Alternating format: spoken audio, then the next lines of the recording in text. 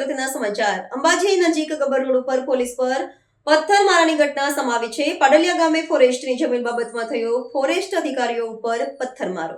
Forest અધિકારી ઉપર હુમલા બાદ પોલીસ પહોંચતા પોલીસ કર્મચારીઓ પર પણ પથ્થર મારવામાં આવ્યા। અંબાજી પીઆઈને તીર વાગતા પીઆઈ બેભાન થયા હતા। પથ્થરમારાથી ઇજાગ્રસ્ત પોલીસ કર્મીઓને લોહી લોહાણ હાલતમાં અંબાજી સિવિલ હોસ્પિટલમાં લાવવામાં આવ્યા હતા। મોટા પ્રમાણમાં પોલીસ કર્મચારીઓ ઘાયલ થયા હતા। પોલીસ અને ફોરેસ્ટની ગાડીઓ સળગાવવામાં આવી હતી। અંબાજી પાસે પોલીસ અને ફોરેસ્ટ કર્મચારીઓ પર હુમલાનો મામલો બાદ જિલ્લા કલેક્ટર મિહિર પટેલ પહોંચ્યા અંબાજી ખાતે સારવાર લઈ રહેલા પોલીસ અને ફોરેસ્ટ વિભાગના ઘાયલ કર્મચારીઓની મુલાકાત કરી।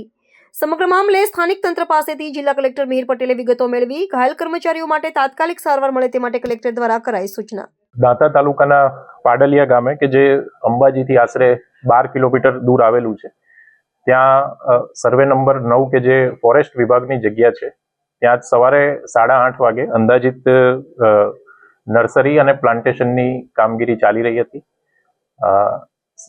ફોરેસ્ટ વિભાગની સાથે સાથે પોલીસ અને રેવન્યુ ડિપાર્ટમેન્ટના લોકો પણ તેમની સાથે હતા। અંદાજિત 2:30 વાગ્યાના સમયગાળે 500 કરતાં પણ વધારે જે લોકોનું ટોળું છે, તેમને એક પૂર્વ આયોજિત રીતે કહી શકાય તેવો પથ્થર, ગોફણ અને તીર કામઠાથી હુમલો કર્યો છે।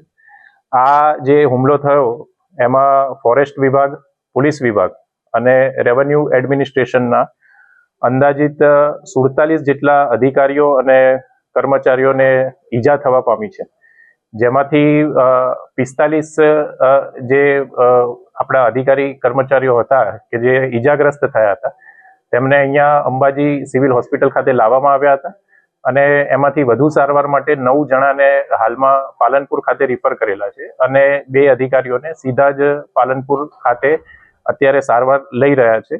તમામ જે ઘાયલ કર્મચારીઓ છે, અધિકારીઓ છે, એ હાલમાં સારવાર હેઠળ છે અને તમામની જે હાલત છે, તમામની જે પરિસ્થિતિ છે એ હાલમાં સ્ટેબલ છે।